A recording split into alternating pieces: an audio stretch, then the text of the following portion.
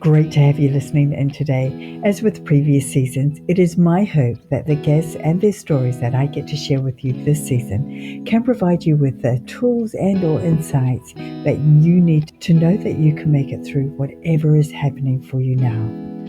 And not only that, that you can have the life you want in whatever way you want that to look like. So let's get to it. I'm your host, Helen Morris, and this is the beautiful side of grief.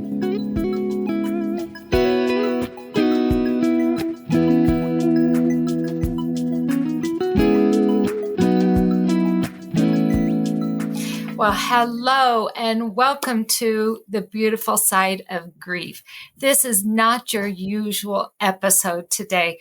We have taken the opportunity to turn the tables on Helen Morris. My name is Peggy Green, and I have met Helen, and we have done several episodes focusing on me and what I do. But for many of you, as we go into this next season, may not be familiar with Helen's story. So today, I really felt compelled to share her story, have her share it, and tell you, because life is a journey. She's had some new things happen to her, and I think this has just been so impactful. So with all my deep gratitude, I want to say welcome to Helen, to your podcast, The Beautiful Side of Grief. Peggy, such a lovely introduction. And I have to say, it's a little bit surprising to be on the other side of this. You know, normally it's me controlling everything and the questions and how it's all going. So we'll just see how this goes. Absolutely. And it's my pleasure and this brainchild of us to do this, because I think that unless somebody's gone back to your first few episodes, as you've gained followers, they may not be familiar with your story. I think that's very important. And so with that, what I'd like you to do, and this is just a conversation in between two friends and getting to know you and letting your audience get to know you. So really tell us about your journey. You've had a beautiful daughter, Tal, who has passed away, and share with us what you would about what happened in your relationship with her. Yes. Well, actually, my journey started much earlier, and I lost my mum when I was 23. So she was 49, and so she passed relatively, well, what I know now to be a very young age. Believe you me, when I had 49, I thought, whoa, this is way too young to be dying. But my mum passed early in my life, and then I lost my dad and my grandparents. So I've had lots of loss, but really, it was my daughter, beautiful daughter, Tal, who graced my life with an absolute bang. She came into this world unexpectedly, and from the moment I saw her, I just loved this beautiful, crazy, willful, bold, sassy child. And she shook my whole entire world up. And she did that for 18 years. For 17 of those, it was just her and I as mum and daughter, and that was it. We were a dynamic duo, and yes. And so I have to say, and I've mentioned this before in my podcast episodes, that as much as I was her parent, she was also my teacher. I learned so much from her. It was like she was constantly sort of making me reassess what was important in my life and what I valued. So to lose her at 18 and a half, very tragically in an accident, was just mind-blowing. But, true to form, even in her accident, she let me know that she'd had her accident, which immediately set my whole grief journey on a different path, because I just somehow knew that there was something bigger to all of this. And I just allowed myself to trust that process. So that was in 2017, and here we are now. Wow. Well, thank you so much, Helen. And I love the fact that you were open to allowing your daughter to teach you as well. That's just such a heartfelt relationship that you can both love and be open to receiving from each other. And so as a result of that, I believe that, you started sharing and started doing this particular podcast. Give us some more details on what inspired you to start this part of your grief journey. Well, my girl was, she was inspiring in life, and she's certainly inspiring in death as well. And I have a very close connection with her, which I've had since she passed. So I hear her, and I've heard her since she had her accident. And I guess that made me just really want to know about what this whole grief thing was all about. And I didn't want to be that person stuck in grief. I wanted that to be that person who could look at my daughter and honor her in every sense of the word. And I didn't mean to do a podcast, actually. That just came about by chance. I was in a situation in my life where I needed to think about what I was going to do at the next stage of my journey. And I thought, why don't I interview people on grief? Why don't I show them that just as I have received a beautiful side to my grief, there are many others as well. So that I wanted to help people understand that you can go through the most tragic of circumstances and come out on the other side empowered and happy and with a different life purpose to what you ever imagined, and to have hope and belief that even though it seems really, really bad at the time, and bad is such an inadequate word, that there is hope. And so I decided to teach myself how to podcast, and that was a journey in itself. It was it was way more. I spent 3 months just learning how to set it up properly, what I needed to do about the intros and outros, because I knew many podcasts failed very quickly. So, Wow. so I was determined to do it right, and I really invested the time in doing that. And then I was just lucky to just attract, and that's all I can say. It is. I believe it's my girl guiding these people to me, but I started to attract these wonderful guests who wanted to be on my podcast, and so I never really had to go looking for them. They came looking for me, and truly, I couldn't have asked for anything better in my life. This fulfills me. Every time I interview somebody, I feel on top of the world, and I just feel privileged to be able to share their journey. Oh, wow, Helen, thank you. There's a couple things in that you just shared. And one of them is that you heard her, and you felt her talking to you. Yes. Tell us a little bit more about that experience. Well, I've always been a little bit spiritual, but not hugely so. Like I've always had an interest in it, but I'd never really been one to meditate or really sort of look into spirituality as a go-to. So I've been on the fringes of it. But when she passed, at first I thought, am I making this up? Am I just wanting to hear her or wanting this to be okay? But I was very quickly reassured by a medium who I trusted very, very much. And she said, no, in fact, everything that you're hearing is her talking. And I hadn't mentioned anything, you see. And she said, but I want you to know that everything you're hearing is in fact her communicating with you. And so you're not making it up in your head, and you are actually hearing her. And so it's not hearing in the sense that I hear you talking to me. It's a different type of sense.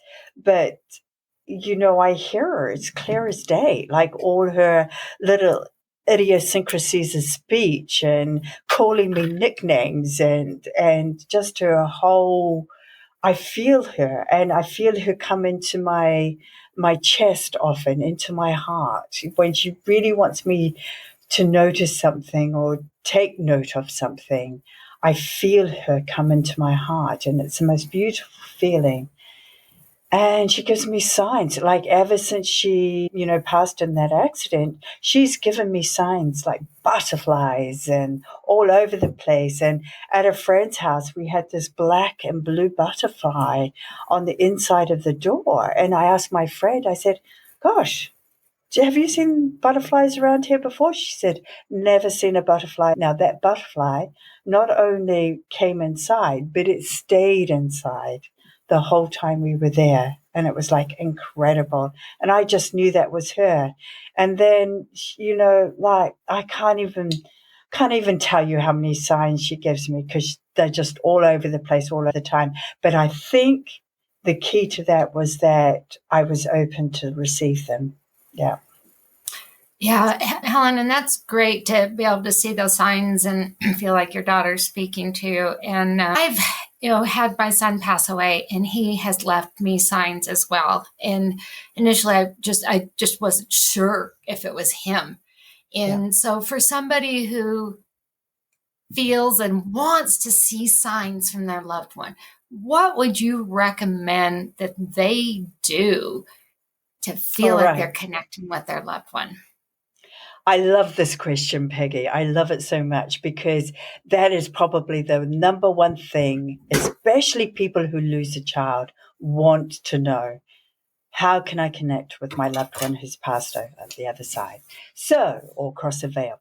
So I think it's all about not being too deep in your grief. Like, of course, we're all going to hurt and we're going to feel dreadful and all of that. But at the same time, I think that we have to allow ourselves just to, like you have mentioned when I've interviewed you about acceptance, about accepting what has happened. I think as soon as we allow ourselves to accept that our child has gone and they're not coming back, no matter how much we would wish that to be otherwise, and as much as it hurts like crazy, and it's a hurt you can't even describe. But if you allow yourself to sit with that, you also allow yourself to be open to them communicating with you. And they can do it in a number of ways. It may be, favorite songs. Like there was a song that played by Harry Styles, Sign of the Times. Every time I hopped in my car, that song played. Did you ever talk about these things before she passed away?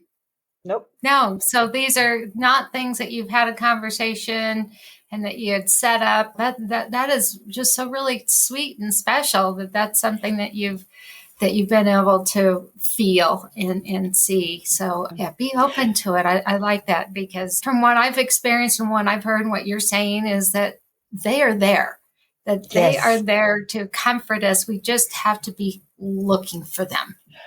Dreaming is another sign. When you dream of them, that is often them coming to you for real, communicating with you, or just that sense. Sometimes you have this sense of that there's somebody in the room and you turn around and there's nobody there. It's that sense also. That's them being there. Or it could be you smell their perfume or something that you associate with them, or it's your favorite smell. They are very, very clever. And they can send us signs in many, many ways.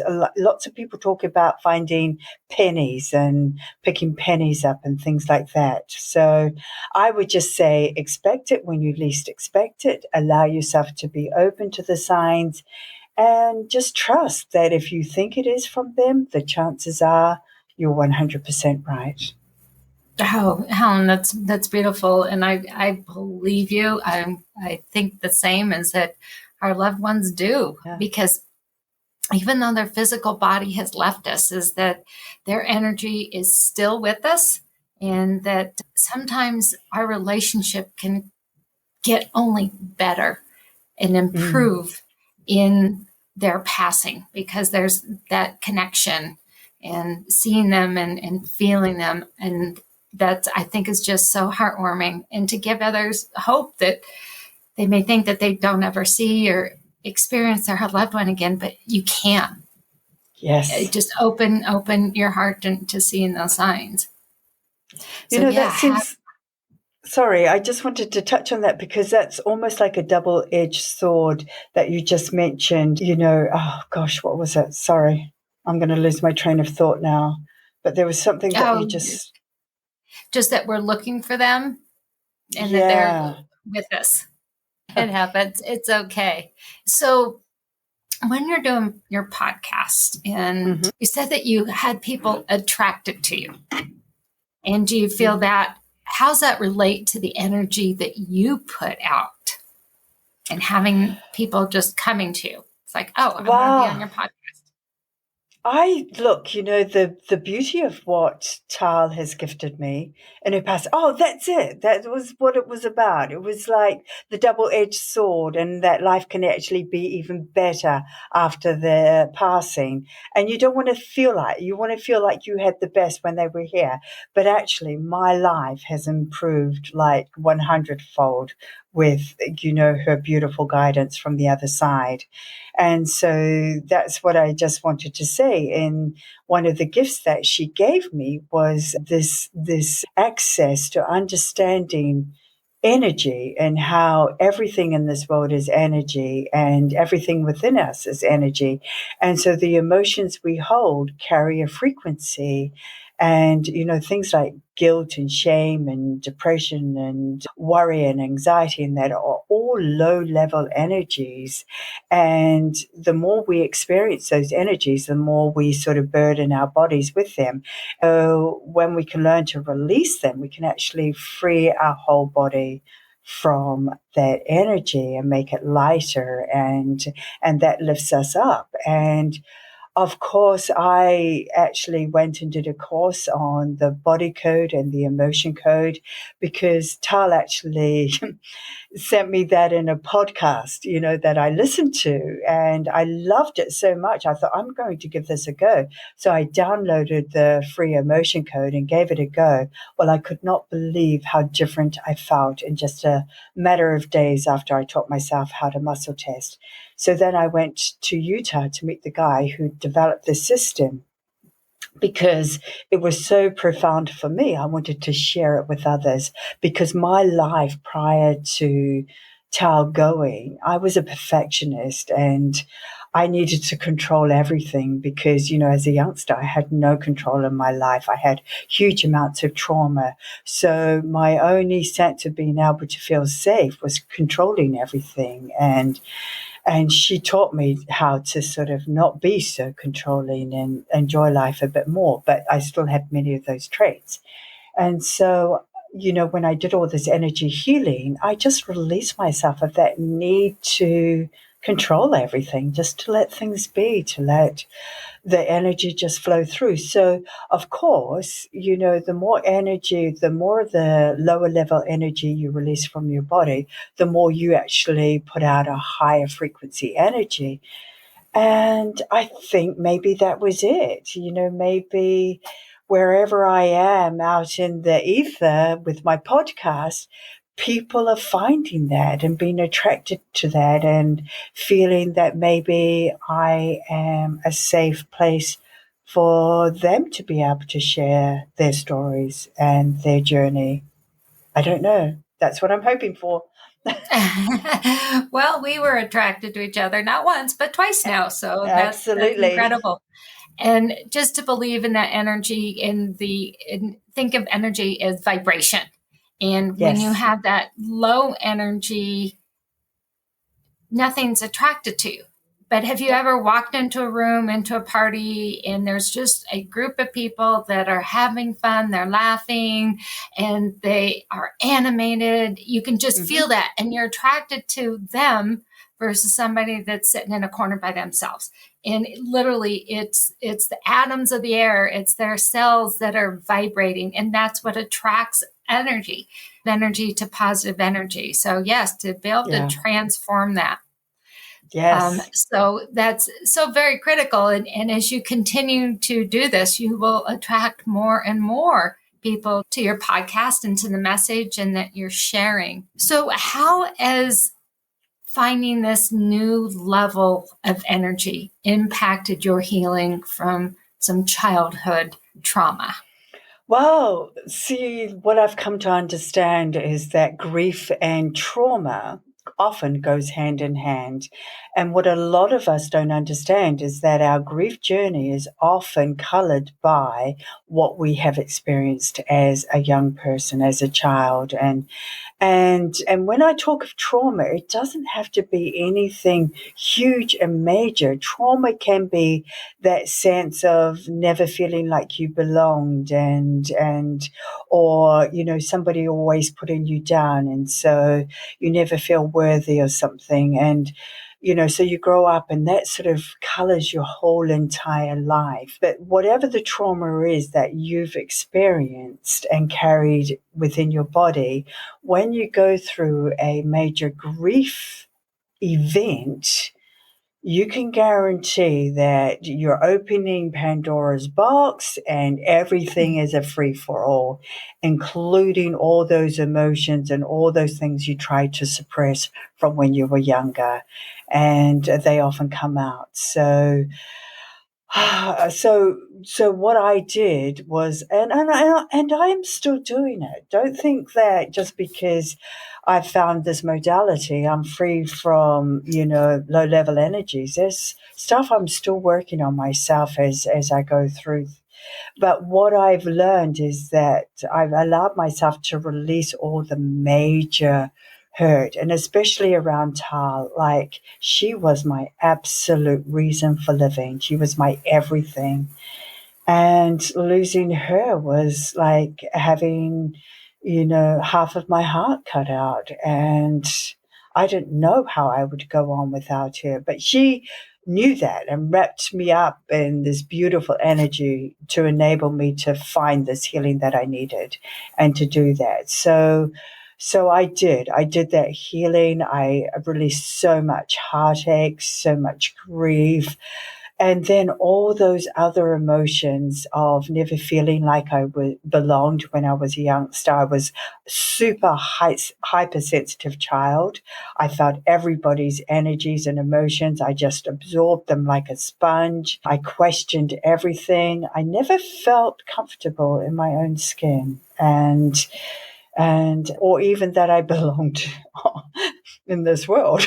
I just kind of thought, how can I just not fit in? But that's what I felt for such a long time. And having this beautiful girl in my life, she just loved me unconditionally. So afterwards, she also helped me just sort of release all of this. And now I can say that, I am living a very lovely, calm, peaceful, contented life where I feel that I can accept myself, I love myself, I know that there's a place for me here, what my journey is, and it's just made the world of difference.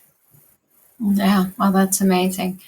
So as you found some healing from Tal and you've experienced many losses, do you feel that you had to go back and you re-grieved some of those losses that you had experienced? Did it rip open the wound slightly? And Yes, yes.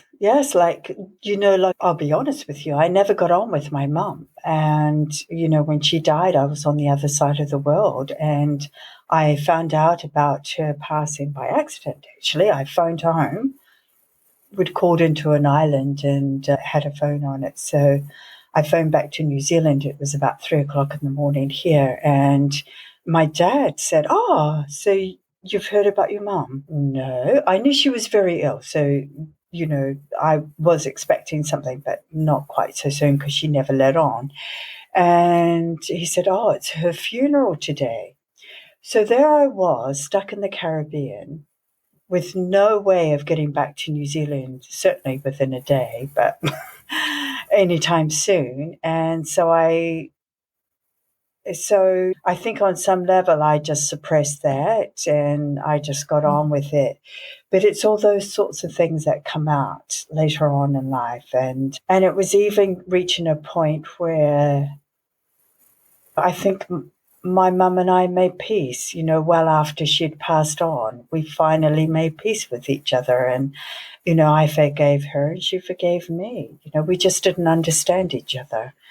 And yes, The thing about grief is that you don't have to lose a person. Grief can be wrapped up in so many different forms. It can be grief of not having the career or the life that you thought you would always have. It's a grief of, having a relationship fail, or the grief of not finding your loved one, or the grief of so many, it comes in so many different guises. And yes, there was many, many layers that I have worked through over the past, 3, 4, 5 years. Yeah, wow. And that's been so healing. And thank you. I think that's incredible to be able to find that. And we know that grief is a journey. And much like you, having experienced many, many losses, and each loss, it reminds me of those who I've loved and that pain, yet that I've been able to move forward, and that there's hope, and that we're intended to live life after the loss of someone that we care about. And so with that, I just wanted to transition. We were chatting recently just about some things that have happened in your life. And you'd said you've been opening up to relationships.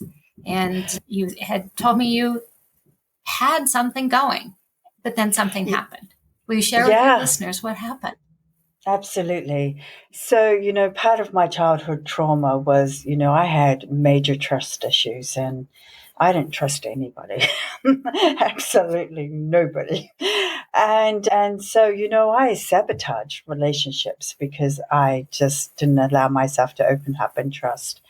And I attracted relationships that were going to go poof, weren't going to last the distance. That's what I was attracting at the time, because I had so many issues. And the big thing was that in my healing, I think one of the big things was opening my heart up. And when you open your heart up, I think it's more about learning to love who you are exactly as you are, in the skin you are, in everything that you are. I don't think it's an accident we come into this world exactly as the personalities we are, with all the imperfections we have, with with the sensitivities we have. I don't think it's an accident.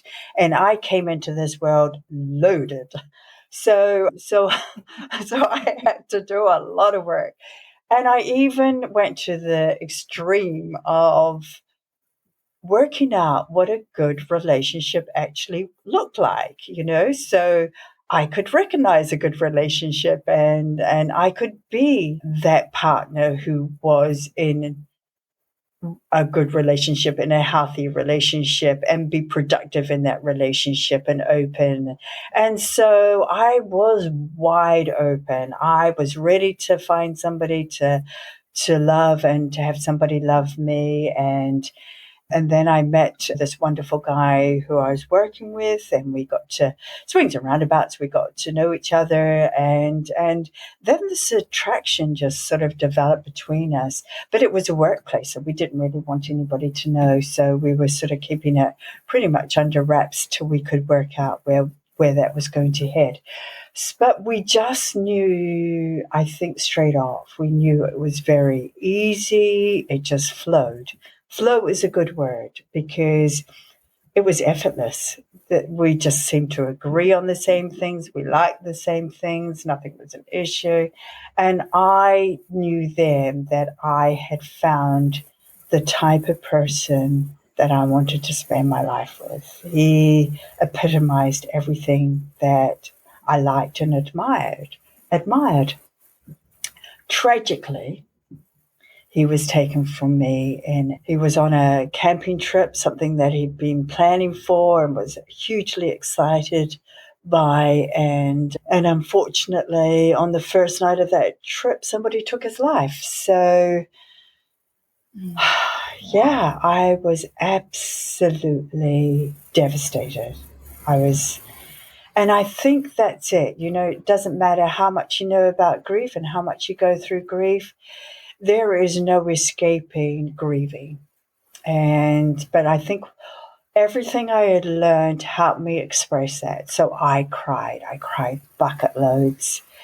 And I didn't try to hide it. At first, I had to navigate work because nobody knew about us. And so he'd been there for 8 years, and I was technically the newbie on the block, only being there, for 6 months. And yeah, so it's a tricky thing to navigate that. So I didn't want to sort of be seen to be stealing any limelight from anybody, or saying, well, actually this is important to me because. But on the same hand, it was dreadful keeping it under wraps. So I had to navigate that. So there were loads of things I had to learn about this. But I guess what I recognized was that after losing my beautiful towel, I knew that I could get through this. And so I just allowed myself to grieve in however I needed to do that. And what opened up was some really, really special things. Just like I hear tell, I started hearing really early on. And I was going, whoa, two of you. Like both, and they're both very similar. But the other thing it taught me was that if I learned nothing else from experiencing this beautiful relationship and meeting this wonderful, wonderful guy, it was to know that I can have this. I can have what I want in a relationship. And, there is somebody else out there for me. And just to keep my heart wide open. Because the temptation was to shut it right down. And a message he sent through to me very early on was that you think everybody you love leaves you. And because for me, that had been my experience. And yeah, so I'm honoring that. I'm keeping myself open. Yeah. We had also talked a little bit about what's come out of that. And I believe you said that you are close to Adrian's sister and that you were in connection with her. And to have that out of the short relationship that you had with Adrian, that was cut short far too early, but that's something that you've been able to understand, be open to, and embrace that. And then for Adrian to tell you that you're prepped, you're ready, you're open to another relationship. And so he's given his blessing to you to say, continue to be open to that. And so that you've found the beautiful side of this and being able to say, yes, this is something that I can do and that you want. I think that's huge, to be able to be open to say, yeah, I'm open to it, but I want it. I felt it. Yeah. And I can do it. Yeah. Because it was pretty beautiful. And I think, and his sister will say the same thing to you. Again, she didn't know about me. And because we really were in those early stages of just, finding our footing with everything. And we just were enjoying spending time together. And we actually condensed a lot into a short space of time. But when you know it's right, it's right. And I think she instinctively felt that when she arrived in New Zealand and we met each other and we were talking. And so just from what I was saying, she knew that I'd had some wonderful conversations with her brother. And then she said, I'll share with you a situation that came about. So the police had decided that they had organized a blessing down at this beautiful, beautiful area where he lost his life. And so I had just put the offer out to her. I said, look, it's in the middle of absolute nowhere. So I don't want you driving by yourself or thinking that you should drive by yourself down there and that. But if you want somebody to support you, I'm really, really happy to do that. I'll just get the time off work and we'll make it happen. She said, no, everything's organized, but swings and roundabout at the 11th hour on the Tuesday, she was due to go down on the Wednesday. On the Tuesday, she came to me, she came into work actually, and she said, Helen, everything's fallen, through. She said, does that offer still stand? I went, absolutely. So, I just made it happen. And we went on this roadie, for the next few days. And she said to me, she said, at first I was angry, that everything had fallen through. I didn't know what I was going to do. And I just felt angry. And then she said, as I was walking back to where she was staying, she said, I heard Aid say, and she said, I just felt him putting us two together so that we could spend that time together. And truly it was. When you're stuck in the car with somebody, you either have a very lonely trip if you don't want to talk, or you talk.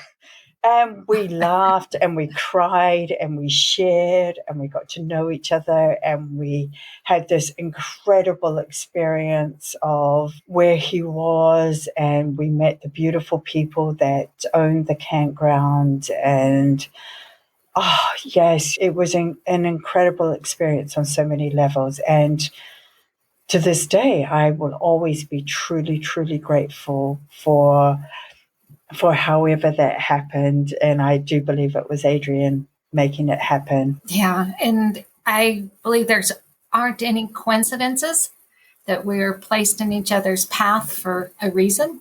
And yes, that those other things for Adrian's sister fell through for a reason, and that you were intended. And so now that you've had the short-term relationship with Adrian, but now you've gained a friend.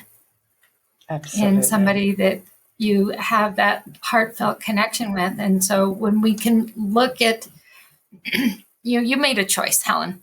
You made a choice when it came to Adrian's death. You could have sat back on your heels and set life aside and had a pity party and grieved. Yeah. And just stayed there and said, how am I going to do this? I've lost one important person to me now, and now another important person. But you made that choice to carry on and to move forward. And I think that was very, very important for you to be able to do that. And so as you've gone through all this, we talk about grief being a journey and being on the other side. What do you define being on the other side as being? What does that look like to you? Being on the other side, I believe it is a place of pure love and acceptance, no judgment. I believe that, me personally, I believe that we have many journeys here, many lifetimes, and our soul is the collective of all those lifetimes that we've been here. And for whatever reason, we come here to complete lessons. And I'm a great believer that we sign up to our destiny here. So before we actually get here, we know what we're going to endure. We sign up to it. We say, okay, this looks like a tough one, but okay, I'm up for the challenge. And sometimes when we get here, because the veil of memory comes down and we don't remember what we've signed up to, sometimes it's more than what we can endure. We don't cope so well. But from my own personal experiences, I know that all the trials and tribulations, everything I've been through in my life have been for a reason. They've made me stronger. They've allowed me to become a better person. They've allowed me to become a more forgiving, a more loving person, less of the ego and more of the just, pure consciousness and awareness. And let's make the most of the opportunities that we have here and help others and serve others. It's changed the whole outlook I have on life. And I believe that is the guidance I'm getting from the other side, from across the veil, is this beautiful guidance that there is a bigger purpose, a bigger reason to why we are all here. And it's not just about the house we live in and the job we have and the watch we wear or the clothes we have, and that it's for me become much larger than that. So that's what I now embrace in my life. And I'd have to say the cornerstone to all of that, and one thing that I did very soon after losing Tal was, after she transitioned, I just started thinking of all the things I was grateful for about her, for being in my life. So, and I just did that day in, day out. And when I got into a really dark place, I would go, okay, what are you grateful for right now? And, sometimes it was just having a roof over my head I was grateful for. And it didn't matter what it was, but I just allowed myself to see in this life everything that I could be grateful for. And I think that changed everything. Helen, that for which we can be thankful for, it impacts the way we think. And the way we think impacts the endorphins that we produce. The endorphins that we produce impacts the way we think and our actions and reactions to things. So to have gratitude, and as you said, a roof over your head, running water, food in your belly, flowers, the sky, fresh air to breathe, etc. Those simple things. And I think we can even dive into having the freedoms that we have and the ability to walk, talk, breathe, and to do those things. It's not always these huge materialistic things. It's having millions of dollars in the bank, or that, the materials of having the newest car or the hottest phone or something like that. But the gratitude of just saying, I am grateful for the simple things in life, because that's our foundation. I'm going to back up for a minute and just talk a little bit about what you said about being on the other side, and where you talk about feeling that love and the appreciation.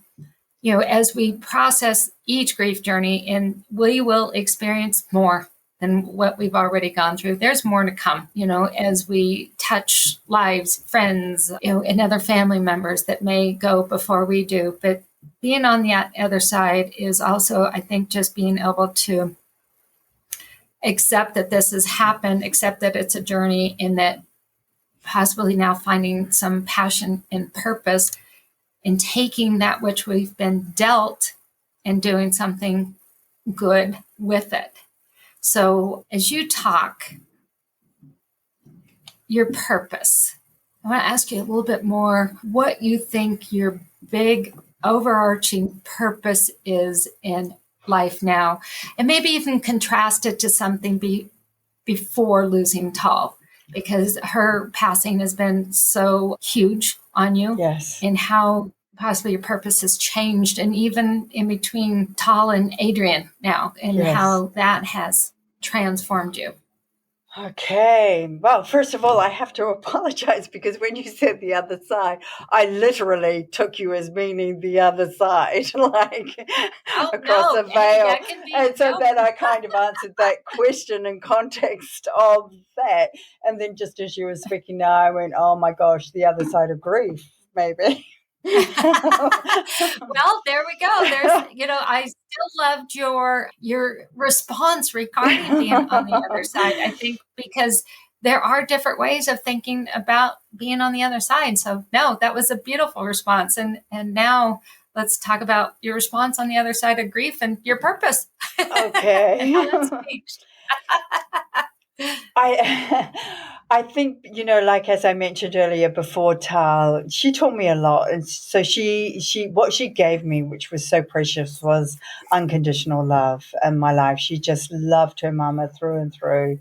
And it didn't matter how many mistakes I made, as long as I was fair, she would just let bygones be bygones.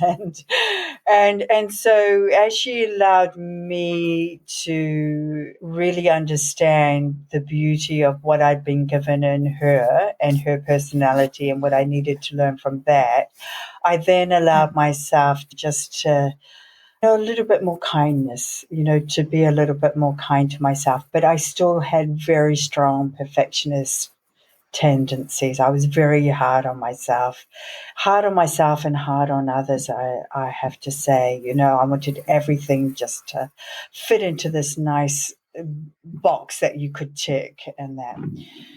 then when she went, and her loss was so profound for me, it was like I suddenly shared all that I knew before. I no longer care about what people think about me, about how I do things, what they think about me, what they say. I just know that's no longer important. And that was huge because from that gave me a freedom to actually find myself and be myself. And so that's where I started to journey. And it was about loving myself. It was about, being grateful for everything I did have in my life rather than what I didn't have in my life, including Tal. And then the more I did that, the more I just seemed to open up, to the energy healing, to meeting the beautiful, like-minded souls, and just exploring that journey further, and just I was already very much into learning to meditate, and then I got involved with an organization where I wanted to be an energy healer, teamed up with a lifestyle coach or a life coach, and that didn't actually pan out in the end. I was with it for just over a year, but what I learned and the people I met during that time was just life changing. And so I learned even more the importance about, I think for me, about not being hung up on material things, what was really important in my life. And what was important in my life was the balance of everything. That, like you talk about holistic, and it is very much about living a holistic life. It's about, having time to be physical, go out and do the things you enjoy, whether that be hiking, running, walking, biking, whatever it is, yoga, whatever. And then it's also not living in your head so much, because I lived in my head all the time. So then I learned, just to learn to meditate, to give my mind a break, to stop overthinking everything. And as soon as I stopped overthinking everything, I started hearing the things that were important to me. They were coming through.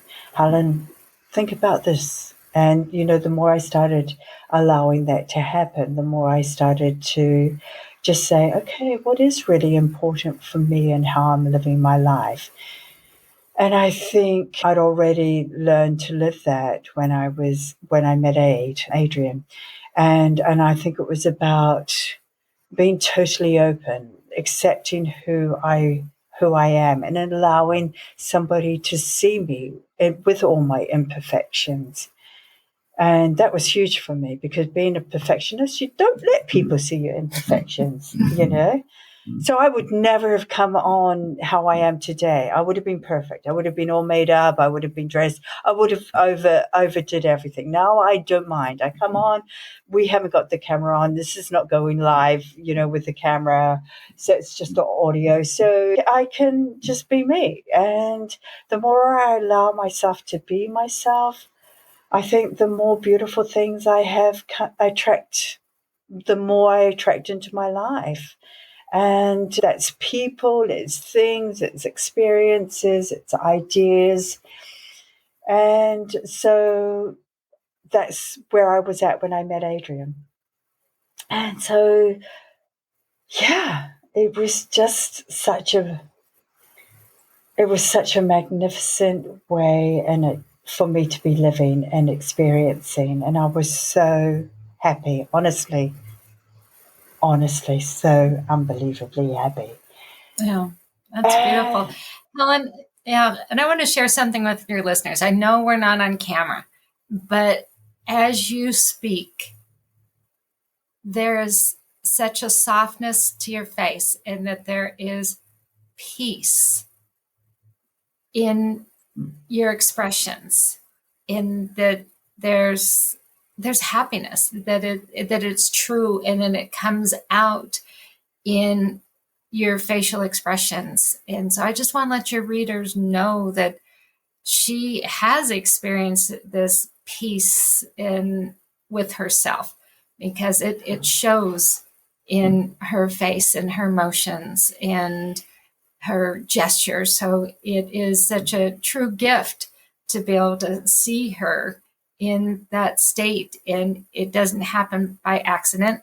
She has worked on it tremendously and been open to the healing, open to receiving from Tal and from Adrian and the energies in that conscious decision in the way she has shifted. So I just absolutely respect you for what you have done and that you've been able to take tragedy and find some purpose and do something positive with it. So Helen, I want to ask you, as we're coming up to almost an hour, and this I is know, so can easy you for us believe to it? talk. It's easy for us to chat and visit. I'm going to have to come to New Zealand and visit you. Most definitely. You're welcome anytime. Absolutely. But my question, as you've been doing this now for a few years and you've had a life event again, where do you see yourself? Have you thought about your future, what you'd like to see yourself doing in 2, 3, 5, 10 years? What would you mentioned you had done some life coaching. What do you see your purpose in that period of time?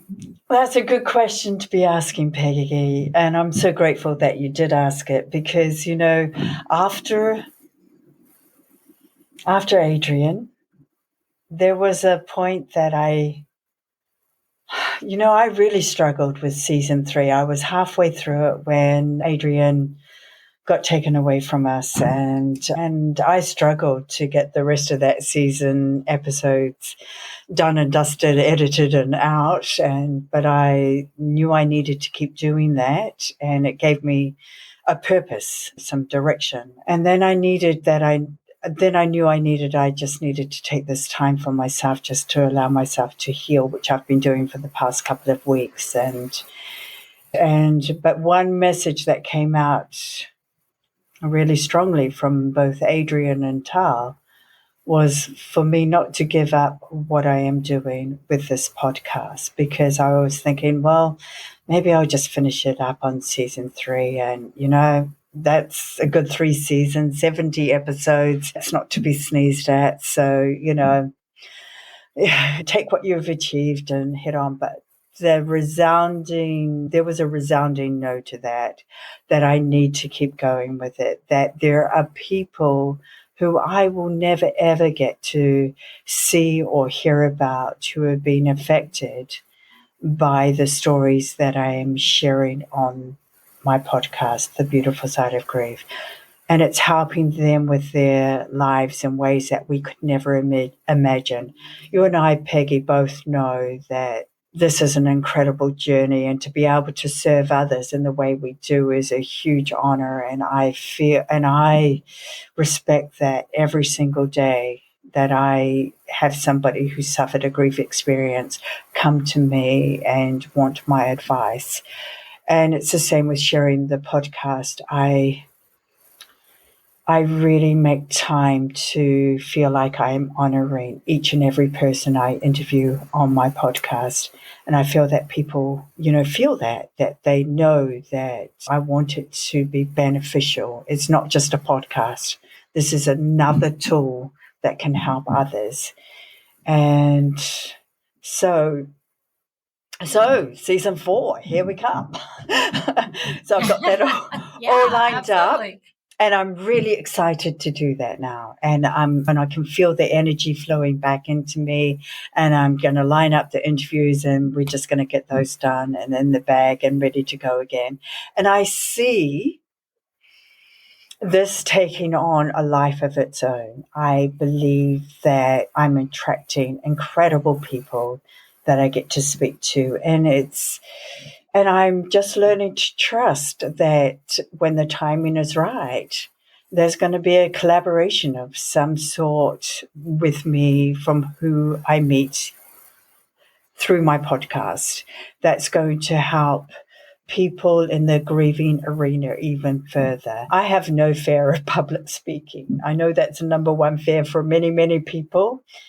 But for me, I've done training in previous jobs, and I really love sharing information, helping people in whichever way I can. And I feel that is going to, I'm not quite sure how that's going to look yet, but I know that that's going to be a component of it.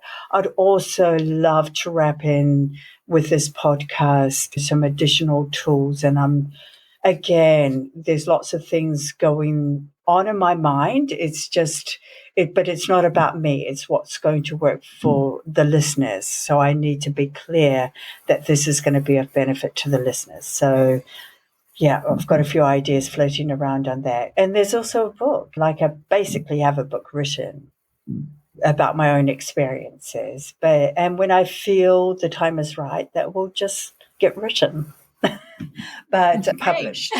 But I think those are pretty big goals. I just love this whole arena. I love serving people, and I just want to be surrounded in love, really, and offer that to others. Yeah, that's really my goals. Yeah.